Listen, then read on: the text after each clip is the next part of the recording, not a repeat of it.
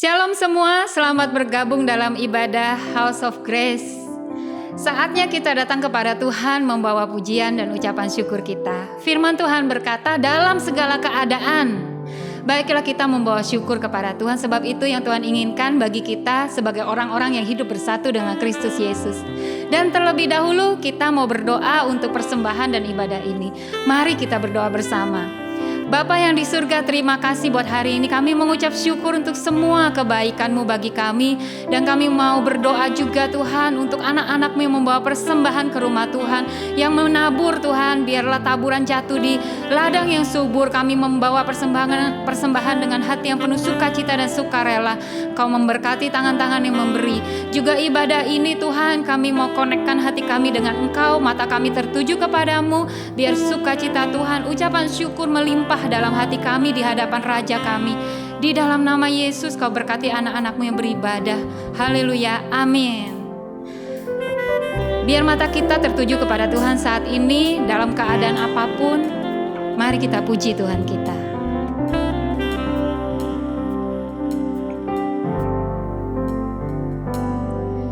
Buat karya-Mu, buat segala rencana-Mu, beri syukur dan pujian bagi-Mu. Beri syukur, beri puji, sebab ku tahu Allah bekerja buat kebaikanku. Beri syukur, beri puji, ku yakin rahmat-Mu besertaku. Buat segala hal, buat segala hal yang tak ku mengerti, dengan iman ku serahkan padamu. Beri syukur, beri puji, sebab ku tahu Allah bekerja buat kebaikanku. Beri syukur, beri puji, ku yakin rahmat-Mu besertaku. Beri syukur, beri syukur, beri puji, sebab ku tahu Allah bekerja buat kebaikanku. Beri syukur, beri puji, ku yakin rahmat-Mu besertaku.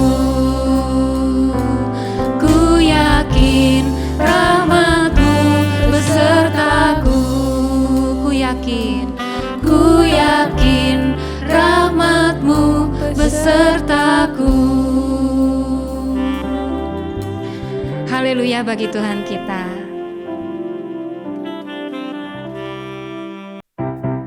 Ayo kita semangat memuji Tuhan kita. Seperti yang firman Tuhan katakan, masuki gerbangnya dengan ucapan syukur dan puji-pujian. Saat ini Tuhan melihat apa yang kita kerjakan. Karena itu semangat memuji Tuhan. Ku masuki gerbangnya Tuhan dengan hati yang bersyukur. Ku bersorak memuji Tuhan, Dialah sukacitaku. Sebab Dia baik, Dia sungguh baik, kasih setianya Tuhan. Sebab Dia baik, Dia sungguh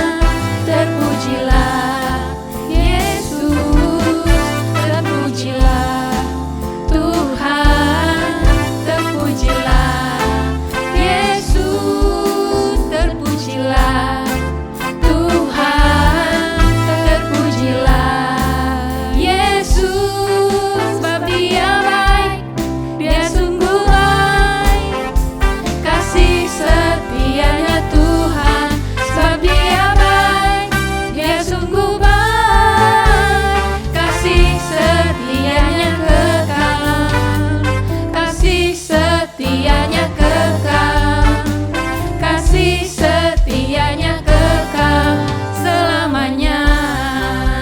Saat hati bersyukur, saat hati bersyukur dan jiwa pun bersuka, hadirat Allah nyata dalam pujian. Saat kami menyembah dan tangan pun terangkat, Tuhan hadir dalam pujian umat-Nya. Saat hati bersyukur, saat hati bersyukur dan jiwa pun bersuka, hadirat Allah nyata dalam pujian. Saat kami menyembah dan tangan pun terangkat, Tuhan hadir dalam pujian umat-Nya. Tuhan hadir dalam pujian umat-Nya. Tuhan hadir. Tuhan hadir dalam pujian umat-Nya.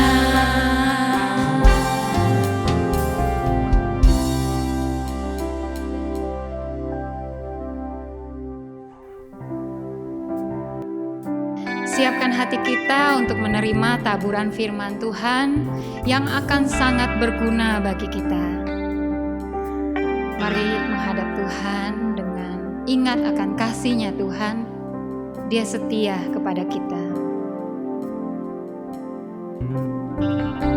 Kasih setiamu yang kurasakan lebih tinggi dari langit biru. Kebaikanmu yang telah Kau nyatakan lebih dalam dari lautan. Berkat-Mu yang telah ku terima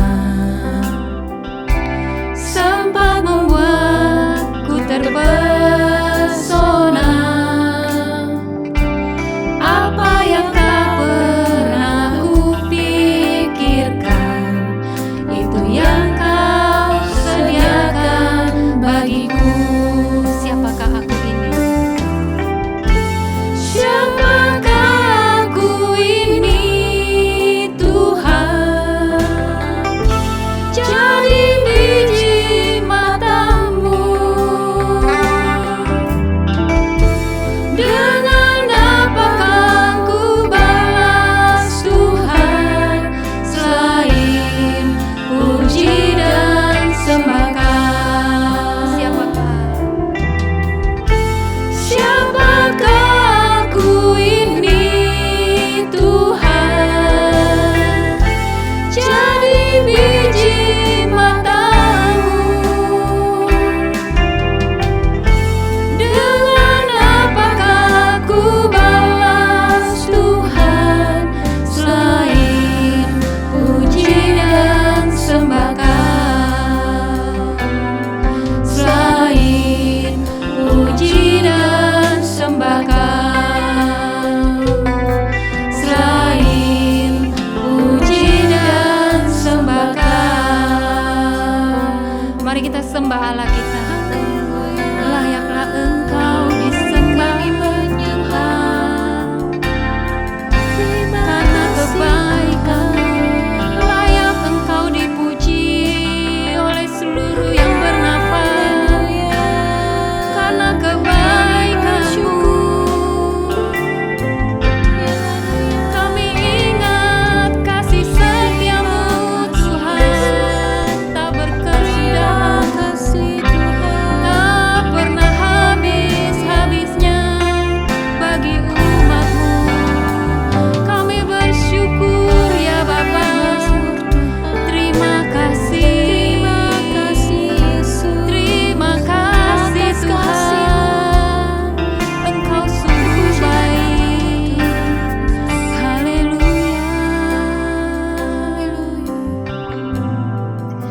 kami mau melatih diri kami Tuhan, mengingat-ingat akan kebaikan-Mu, akan perbuatan-perbuatan yang Kau kerjakan dalam hidup kami, akan semua pertolongan-pertolongan yang Kau berikan ke dalam hidup kami.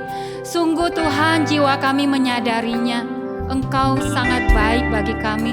Biar mulut kami mengeluarkan perkataan-perkataan akan kebaikan-Mu, akan segala kemuliaan yang Kau nyatakan bagi dunia, bagi seluruh umat-Mu, bagi hidup kami pribadi. Karena itu kami mau mencintai Engkau lebih lagi. Kami mau mencintai hadirat-Mu, kami mau mencintai firman-Mu, karena firman-Mu itulah yang meneguhkan kami, yang mengubahkan kami, yang kami perlu di setiap waktu. Kami buka telinga dan hati kami untuk ditaburi firman Tuhan. Berbicaralah kepada kami Tuhan. Berbicara kepada umat-Mu dimanapun berada. Di rumahnya Tuhan, di kesendiriannya, di dalam kerjanya, di dalam mobilnya, dimanapun Tuhan. Berbicaralah kepada kami. Berkati anak-Mu yang menyampaikan firman Tuhan, dan kami semua yang mendengarkan firman Tuhan. Di dalam nama Yesus kami berdoa. Haleluya. Amin. Selamat mendengarkan firman Tuhan. Shalom jemaat Tuhan yang saya kasihi. Apa kabarnya hari ini? Saya percaya semua pasti dalam keadaan yang sangat luar biasa, sehat dan bergairah di dalam Tuhan, dan terus menanti-nantikan Tuhan. Nah, sore hari ini sebelum kita memulai sharing firman Tuhan, mari saya ajak semua kita yang ada di rumah, yang hari ini mendengarkan firman Tuhan ini, mari kita sama-sama satukan hati. Kita mau berdoa untuk firman Tuhan pada sore hari ini. Tuhan Yesus, kami bersyukur untuk setiap kesempatan yang ada, yang Kau berikan dalam hidup kami Tuhan.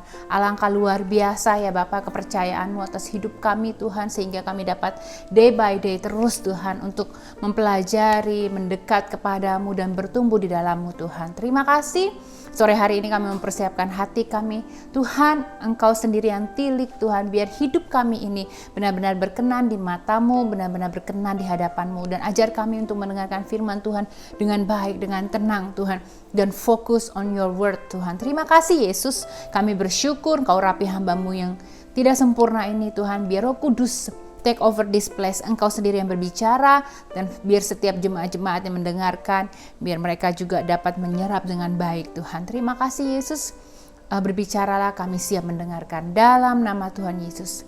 Semua berkata amin.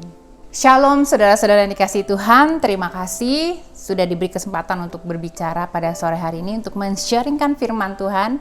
Nah, karena kita sudah mendekati Natal ya, beberapa minggu lagi kita akan merayakan Natal, dan minggu depan kita juga akan merayakan Natal bersama-sama di gereja kita, dan sangat excited ya, terutama kita udah lama nggak bersua satu sama lain. It's such a blessing kita dapat bersama-sama merayakan Natal. Nah, sharing firman Tuhan hari ini saya akan membawakan sebuah pasal yang mungkin kita udah di luar kepala tentang pribadi-pribadi ini gitu. Kita akan buka di Matius 2 ayat 1 sampai 12. Nah, judul hari ini khotbah saya yaitu hadiah terindah. Nah, berbicara hadiah, semua orang mungkin sudah sibuk mempersiapkan hadiah untuk family, untuk close friends, sudah mempersiapkan Natal, sudah memikirkan hal-hal yang indah untuk di-sharingkan kepada teman-teman atau komunitas yang ada hari-hari ini. Nah, sebelum itu mari kita membaca, kita buka Matius 2 ayat 1 sampai 12. Saya bacakan ya. Judulnya Orang-orang Majus dari Timur. Ayat 1 berkata, sesudah Yesus dilahirkan di Bethlehem di tanah Yudea pada zaman Raja Herodes, datanglah orang-orang Majus dari timur ke Yerusalem dan bertanya-tanya, di manakah dia raja orang Yahudi yang baru dilahirkan itu? Kami telah melihat bintangnya di timur dan kami datang untuk menyembah dia. Ketika Raja Herodes mendengar hal itu, terkejutlah ia beserta seluruh Yerusalem. Maka dikumpulkannya semua imam, kepala dan ahli Taurat bangsa Yahudi. Lalu dimintanya keterangan dari mereka, di mana Mesias akan dilahirkan. Mereka berkata kepadanya, di Bethlehem di tanah Yudea. Karena demikianlah ada tertulis dalam kitab Nabi. Dan engkau, Bethlehem tanah Yehuda, engkau sekali-sekali bukanlah yang terkecil di antara mereka yang memerintah Yehuda. Karena daripadamulah akan bangkit seorang pemimpin yang akan mengembalakan umatku Israel. Lalu dengan diam-diam Herodes memanggil orang-orang Majus itu dan dengan teliti bertanya kepada mereka, bila mana bintang itu nampak? Kemudian ia menyuruh mereka ke Betlehem, katanya, pergi dan selidikilah dengan seksama hal-hal mengenai anak itu. Dan segera sesudah kamu menemukan dia, kabarkanlah kepadaku, supaya aku pun datang menyembah dia. Setelah mendengar kata raja itu, berangkatlah mereka. Dan lihatlah bintang yang mereka lihat di timur itu mendahului mereka hingga tiba dan berhenti di atas tempat di mana anak itu berada. Ketika mereka melihat bintang itu, sangat bersukacitalah mereka. Maka masuk mereka ke dalam rumah itu dan melihat anak itu bersama Maria ibunya, lalu sujud menyembah dia. Mereka pun membuka tempat harta bendanya dan mempersembahkan persembahan kepadanya, yaitu emas, kemenyan, dan mur. Dan karena diperingatkan dalam mimpi supaya jangan kembali kepada Herodes, maka pulanglah mereka ke negerinya melalui jalan lain. Saudara, ketika saya merenungkan apa sih firman Tuhan yang mesti saya sharingkan pada sore hari ini, Tuhan Roh Kudus memberikan saya perikop ini, orang-orang Majus. Kelihatannya sangat luar biasa, perjalanan hidup ketiga orang Majus. Dikatakan 3 ya, mungkin karena dari hadiahnya ada 3, tapi nggak ada yang bisa membuktikan itu 3 orang atau 3 pribadi. Nah, maka saya hari ini membicara mengenai orang-orang Majus, saudara. Orang-orang Majus ini dikatakan sebagai orang-orang yang bukan Yahudi, tapi mereka melakukan perjalanan menurut tuntunan ilahi, tuntunan Tuhan, yaitu melalui bintang-bintang yang dipakai. Nah, sebelum kita lebih lagi berbicara mengenai hadiah terindah, mari kita membuka perikop ini dan kita belajar. Saya ingin saudara semua, termasuk saya juga, what is the best thing from this kind of people? Dikatakan mereka ini wise men, dalam bahasa Inggrisnya wise men, dalam bahasa Indonesianya orang-orang Majus, ada magos. Nah, kita mau belajar satu. Orang-orang Majus ini adalah orang-orang yang pintar dan bijaksana. Jadi mereka dikatakan sebagai seorang filsuf atau ahli filsafat atau perbintangan. Yang kalau kita pikir zaman sekarang kok ada ahli perbintangan yang dipakai Tuhan ya. Jangan salah saudara. Back then, ya kan, mereka ini adalah orang-orang yang meneliti. Bisa dikatakan sebagai orang-orang yang terjun sebagai arkeolog, sebagai seseorang yang meneliti gitu. Benar-benar ya, dikasih tingkat intelektual yang sangat luar biasa. Nah, pada masa itu mereka ini adalah orang-orang yang punya pengaruh yang luar biasa. Dalam arti apa? Mereka ini diminta oleh para raja, advisors-nya, mengenai apapun itu. Bahkan untuk berperang pun, orang-orang Majus inilah yang dimintakan advisors-nya untuk bagaimana berperang dengan baik. Karena mereka menggali banyak intelektual. Tapi saudara, ini yang sangat luar biasa. Ketika Tuhan menunjukkan ini kepada saya, wow, it's such amazing to find out gitu loh. Bahwa ternyata orang-orang pintar, orang-orang yang berkedudukan tinggi rela untuk berjalan ribuan kilometer untuk mencari sang juru selamat, untuk memberikan hadiah yang terbaik untuk sang juru selamat. Nah, kita belajar bahwa satu orang Majus adalah orang-orang yang pintar, orang-orang yang intelektual, orang-orang yang bijaksana, yang berkedudukan tinggi, tapi mempunyai hati untuk mencari raja di atas segala raja yang baru lahir itu. Untuk mencari Yesus yang baru lahir itu. Karena mereka pada waktu itu mungkin sudah mendengar akan datang seorang raja. Bukan cuma untuk raja sebagai raja orang Yahudi, tapi untuk semua bangsa. Karena orang Majus adalah bukan orang Jewish, tapi orang timur. Dikatakan mereka adalah datang dari timur ke Yerusalem. Nah, kita belajar satu, bahwa orang Majus adalah orang-orang yang pintar dan secara intelektual mereka adalah orang-orang yang mempunyai pengaruh. Nah, mereka datang dari timur. Di mana sih timur itu, saudara? Saya ini iseng gitu ya kan. Orang timur ke Yerusalem pada zaman itu sejauh apa gitu ya kan. Saya mencari tahu gitu ya kan. Dikatakan sekarang itu posisinya ada di Iran atau Persia. Bayangin, Tuhan Yesus lahir untuk menebus dosa kita, dan orang yang jauh dari kampung halaman Yesus datang berjalan berjauh-jauh mil jauhnya jaraknya untuk mencari sang raja. Ya kan? Such amazing heart. Jadi mereka itu datang dari negeri timur ke Israel. Saudara, kalau kita belajar dari mereka tuh datang bukan kayak sekarang, cuma naik pesawat sampai, ya kan? Saya searching sejauh mana sih yang namanya Iran atau Persia itu ke Yerusalem, tapi lewat darat, ya kan? Saya searching gitu Google. Ternyata saudara, di Google diterangkan bahwa kalau kita harus berjalan kaki dari Iran atau Persia ini, itu jaraknya kurang lebih 446 jam berjalan kaki. Of course, dulu nggak ada flight, mereka harus naik onta. Naik flight pun harus menghabiskan waktu sekitar 26 jam. Itu udah bolak-balik Indonesia, Sydney Indonesia berapa kali saudara? 26 jam. Sebegitu jauhnya jarak antara Persia atau Iran ini ke Yerusalem. Tapi mereka dikatakan membawa hadiah yang sangat luar biasa. Dengan resiko saudara. Tentunya pagi, siang, malam di padang gurun. Bawa mur, bawa kemenyan, bawa emas. Dikatakan mereka membawa emas, kemenyan, dan mur. Pada zaman itu, 3 hal ini adalah komoditas yang sangat luar biasa mahalnya. Sekarang mungkin bisa dibandingkan dengan mungkin harga properti semahal itu, atau juga mungkin digital money yang sedang bermain dengan saham, yang bermain dengan kripto. Begitu mahalnya, tapi mereka meresikokan hidup mereka untuk berjalan kaki selama 446 hour. Ya, bersama dengan onta, saudara.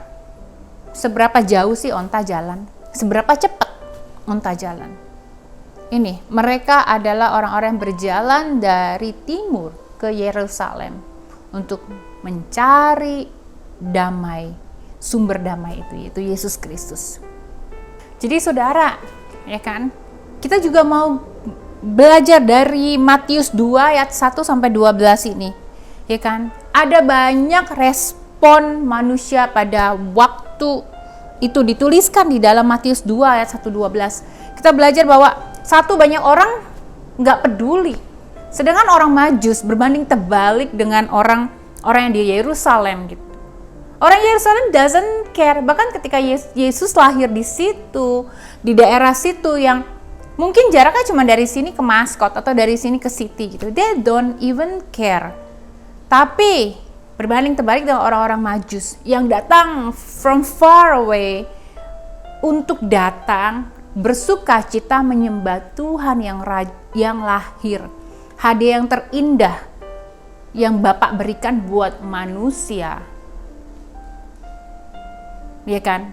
Nah, berbanding terbalik, kalau kita baca kembali di Matius 2 ayat 1 sampai 12, kita bisa melihat banyak respon orang-orang yang berbeda-beda. Kalau kita baca lagi di Matius 2 ayat 2, dikatakan gini, dan bertanya-tanyalah, orang Majus itu bertanya-tanya, di manakah dia, raja orang Yahudi yang baru dilahirkan itu? Kami telah melihat bintangnya di timur dan kami datang untuk menyembah dia. Ketika Raja Herodes mendengar hal itu, terkejutlah ia beserta seluruh Yerusalem. Dikatakan mereka hanya terkejut. They don't even care, they don't even menerima itu dengan sukacita. Tapi dikatakan mereka hanya terkejut, saudara. Wow, terkejut sesaat, alias nggak peduli. Jadi respon mereka hanya berhenti di situ. Mereka nggak peduli sama Natal. atau kelahiran Tuhan Yesus tepatnya. Mereka cuma terkejut sesaat. Berbeda terbalik dengan orang-orang Majus yang mencari-cari Tuhan. Di mana Tuhan? Di mana Sang Juru Selamat itu? Nah, kedua, kita kan melihat pribadi yang namanya Herodes. Kalau kita baca, Herodes yang kepanasan, saudara. Dia ini adalah raja yang memerintah pada waktu itu. He used people untuk memperkuat powernya dia, untuk memperkuat kekuasaannya dia. Dia melakukan apa saja, bahkan rela membunuh bayi-bayi yang dianggap akan membuat dia lengser dari tahta kerajaannya. Berbanding terbalik dengan Yesus yang ketika datang ke dunia sebagai raja, mempergunakan powernya untuk melayani. Sedangkan Herodes, dia peduli kepada kelahiran Yesus tapi dengan maksud untuk mencari tahu, untuk mencari upaya bagaimana caranya ketika Yesus datang itu Yesus nggak menggeser tahtanya dia. Dikatakan dia mengumpulkan semua imam, kepala dan ahli Taurat. Ketika dia sudah terkejut, kemudian dia kumpulin nih semua ahli Taurat dan imam kepala bangsa Yahudi. Ayat 4 berkata, lalu diminta keterangan dari mereka, di mana Mesias yang akan dilahirkan. Mereka berkata kepada di Bethlehem, tanah Yudea, karena demikianlah ada tertulis dalam kitab Nabi. Ayat 7 berkata, lalu dengan diam-diam Herodes memanggil orang Majus dengan teliti bertanya kepada mereka, bila mana bintang itu nampak? Pergi dan selidikilah dengan seksama mengenai anak itu. Segera sesudah kamu menemukan dia, kabarkanlah kepadaku supaya aku pun datang menyembah dia. Jadi saudara, ada satu pribadi lagi yang bernama Herodes yang gak pusing dengan kedatangan Tuhan Yesus. Pusingnya adalah ketika dia merasa dirinya terancam. Dia mempunyai banyak kepentingan sebagai seorang raja yang rule over pemerintahan Roma pada waktu itu. Dia tidak mau dikalahkan. Dia ketakutan dengan datangnya orang Majus, dia merasa tersingkir. Dan ada satu lagi pribadi yang juga menurut saya ketika saya membaca perikop ini, yaitu siapa? Ahli-ahli Taurat dan imam kepala bangsa Yahudi. Mereka ini orang-orang yang belajar tentang kedatangan Tuhan Yesus. Mereka ini orang-orang yang menyelidiki, bisa dibilang ahli teolog. Mereka adalah imam-imam kepala di Yerusalem. Tapi nyatanya mereka juga cuek, saudara. Ketika Yesus sudah datang, apa yang mereka pelajari, apa yang mereka ketahui, hilang begitu saja. Seperti tidak ada apa-apa. Harusnya mereka ketika mereka belajar, mereka menanti-nantikan, dan ketika sang raja itu lahir, mereka harus lari dengan sukacita menyambut sang raja. Tapi sangat disayangkan, mereka juga termasuk pribadi-pribadi yang cuma bisa belajar, tapi tidak mempunyai hati untuk mencari, untuk bersukacita dengan kelahiran Tuhan Yesus. Berbeda dengan orang-orang Majus yang merelakan waktunya, yang merelakan hartanya, yang merelakan tingkat sosial mereka untuk mencari Sang Juru Selamat. Karena mereka menyadari bahwa inilah hadiah terindah yang Bapa persembahkan, yang mereka sudah dengar-dengar dengungnya sudah dari lama. Ketika hari itu datang, mereka merespon dengan baik. Mereka langsung mempersiapkan untanya mereka mempersiapkan hadiah-hadiah yang terbaik. Mereka berjalan menempuh resiko, menempuh setiap perjalanan itu dengan hati yang teguh. Karena kerinduan mereka untuk mencari dan menyembah Sang Juru Selamat. Dikatakan ketika mereka datang sampai ke dalam rumah itu, mereka sujud menyembah Dia. Gak cuman hatinya atau sikapnya atau action yang berbicara, tapi hatinya juga berbicara, saudara. Bersukacitalah mereka. Dikatakan ketika mereka melihat bintang itu, mereka bersukacita. Saudara, hari ini saya men-sharingkan firman ini mengenai orang Majus. Mari kita belajar dari pribadi-pribadi orang Majus. Mungkin hari ini kita mempunyai kedudukan sebagai direktur such a really a big company, atau sebagai pelajar yang mempunyai pengetahuan yang sangat luar biasa. Mungkin S-nya udah S3, udah profesor, udah dapat cum laude. Atau kita sebagai seorang pelayan Tuhan, ahli-ahli Taurat, imam kepala, mungkin juga kita sebagai hamba Tuhan yang melayani jemaat, atau kita sebagai seorang ibu rumah tangga. Apalagi kita yang sebagai ibu rumah tangga atau yang kita anggap diri kita biasa-biasa saja. Apakah kita mencari Tuhan, mencari hadiah terindah itu di dalam hidup kita dengan seksama? Dengan meluangkan waktu kita memberikan yang terbaik. Saudara, hari ini mari melalui Matius 2 ayat 1-12. Ada banyak hal yang bisa kita pelajari. Bahwasanya dia datang ke dunia sebagai bayi. Itu adalah hadiah terindah buat hidupmu dan buat hidupku. Yang gak ada gantinya. Tuhan care about your life and my life. Sehingga dia memikirkan bagaimana nih agar kita nih gak diselamatkan dengan mengirimkan anaknya, yaitu Yesus Kristus. Dan itu adalah hadiah terindah di dalam hidup kita, saudara. Take your time untuk reflect apa yang orang-orang Majus lakukan untuk menyambut sang raja. 3 hadiah yang mereka berikan berbicara banyak hal. Emas menggambarkan seorang raja, pemberian untuk seorang raja. Kemenyan menggambarkan pemberian untuk seorang imam. Dan mur adalah pemberian untuk mengurapi orang-orang yang akan meninggal. Mari kita refleks di Natal tahun ini. Bentar lagi kita akan memasuki Natal dan kemudian kita akan memasuki tahun baru. Banyak resolusi yang akan kita buat. Tapi pikirkan kembali, ketika Bapa kita memberikan hadiah terindah di dalam hidup kita, apa yang kau akan berikan sebagai hadiah buat Tuhan Yesus yang sebentar lagi akan berulang tahun? Apa yang mau kau persiapkan untuk dia sebagai persembahan yang terbaik? Ketika Tuhan sudah memberikan hadiah terindah dalam hidupmu, mari kita belajar juga untuk memberikan hadiah terindah yang ada pada kita buat Tuhan Yesus.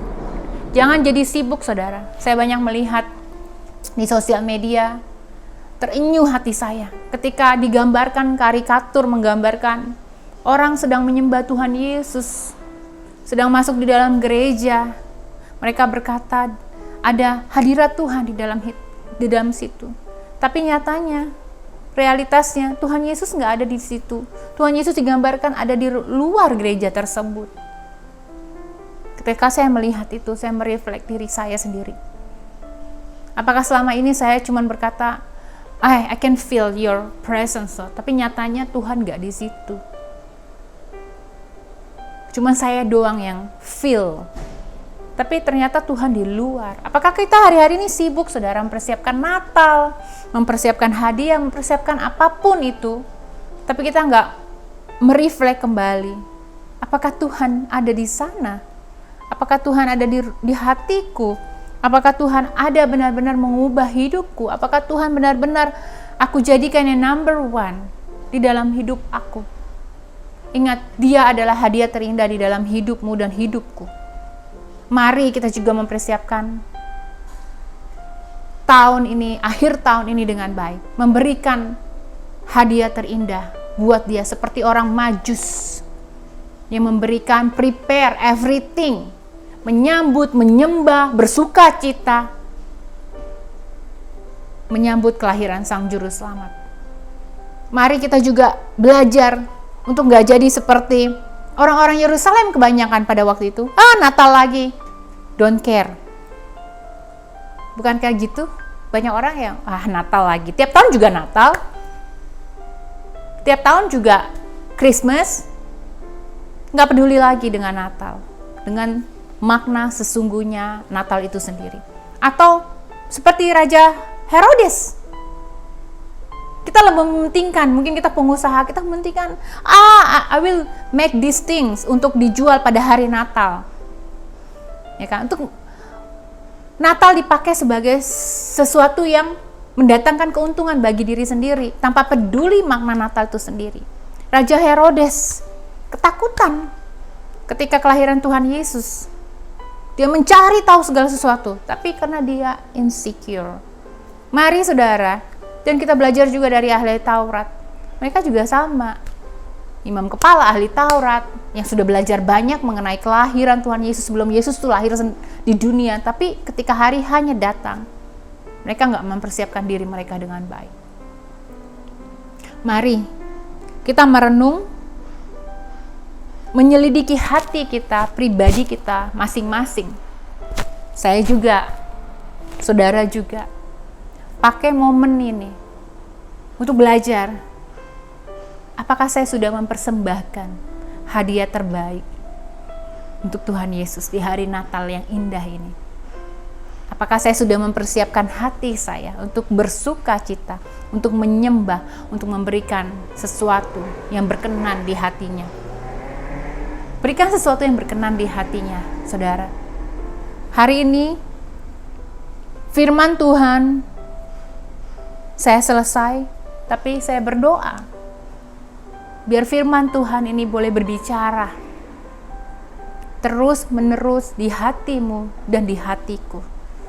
Biar itu boleh berbuah dan menjadikan kita pribadi-pribadi yang enggak benar-benar terhilang ketika Natal tiba. Mari kita mereflek kembali, sehingga kita menjadi orang-orang yang berkenan di hadapan Tuhan, menjadi pribadi-pribadi yang mencari Tuhan di hari Natal ini, memberikan hadiah terindah buat Dia, menyembah bersuka cita. Mari saudara, saya ajak kita bersama-sama berdoa, dan juga kita akan menerima doa berkat pada sore hari ini. Dan saya mengucapkan selamat hari Natal. Mari kita pakai momen Natal ini untuk benar-benar mendekat kembali kepada Bapa kita, memberikan yang terbaik untuk Dia dari hidup kita. Terima kasih. Mari sama-sama kita berdoa. Tuhan, sungguh kami mengucap syukur untuk sore hari ini. Bapa, kami bersyukur untuk firman yang Kau berikan dalam hidup kami, Tuhan. Pakai waktu-waktu yang ada di dalam hidup kami ya Bapa. Terus perbaharui kami Tuhan, untuk menjadi pribadi-pribadi yang peduli akan makna Natal itu sendiri Bapa. Jadikan kami pribadi-pribadi seperti orang-orang Majus, yang gak termasuk golongan Jews, tapi mempunyai hati untuk mencari Engkau. Bahkan untuk memberikan hadiah terbaik dari hidup mereka, mengorbankan waktu-waktu mereka Tuhan, untuk mencari Engkau, mempersiapkan waktu-waktu mereka untuk mencari Engkau. Ajar kami menjadi pribadi-pribadi yang mempunyai hati yang haus. Di Natal momen ini Tuhan, kami mau reflect kembali Tuhan. Kami mau Tuhan menjadi anak-anak-Mu yang berusaha untuk menyediakan hidup kami Tuhan, yang memberikan hidup kami sebagai hadiah untuk Engkau di Natal yang indah ini Bapa. Ampuni kami Yesus, dan biarlah sore hari ini Tuhan, firman itu terus berbicara dan bertumbuh di dalam pribadi demi pribadi. Saatnya Tuhan kami akan berpisah satu sama lain. Hamba-Mu berdoa dari tempat ini, biar Tuhan setiap jemaat Tuhan yang beribadah pada sore hari ini Engkau berkati Tuhan. Kemanapun mereka pergi Tuhan, mereka menjadi berkat bagi orang lain. Tuhan, biar Tuhan juga protect hidup mereka ya Bapa. Pekerjaan mereka diberkati Tuhan. Masa depan mereka Tuhan ada di dalam tangan-Mu. Biar Engkau akan menyinari hidup mereka ya Bapa sampai Engkau datang kedua kalinya. Di dalam nama Tuhan Yesus, kami serahkan hidup kami, jemaat-jemaat yang ada di dalam tangan-Mu.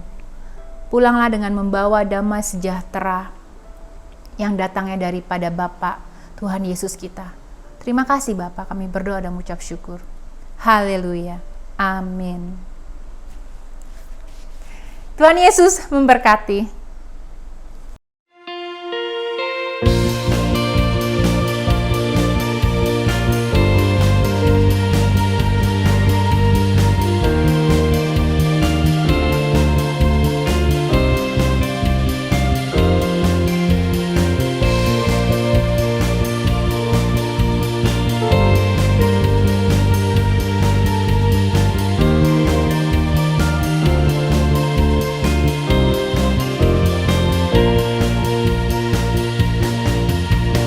Kehendakmu terjadilah di dalam hidupku. Ku tanya engkau, apa yang kau rindu?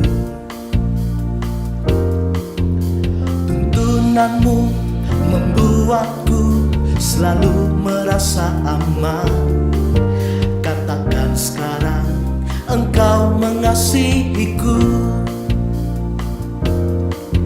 Ku pernah datang kepadamu saat hati terluka, karena ku tahu engkau penyembuhku.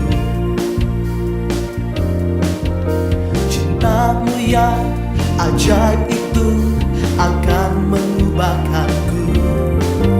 Biarkan aku melupakan segala masa laluku. Hati yang baru untukku saat ini membuat hidupku merasa damai. Cinta yang penuh membuatku berharga. Ku tak melihat lagi segala kelemahanku. Ku pernah datang kepadamu saat hati terluka, karena ku tahu engkau penyembuhku. Cintamu yang ajaib itu akan mengubahkanku. Biarkan aku melupakan segala masa laluku. Hati yang baru untukku saat ini membuat hidupku merasa damai. Cinta yang penuh membuatku berharga. Ku tak melihat lagi segala kelemahanku.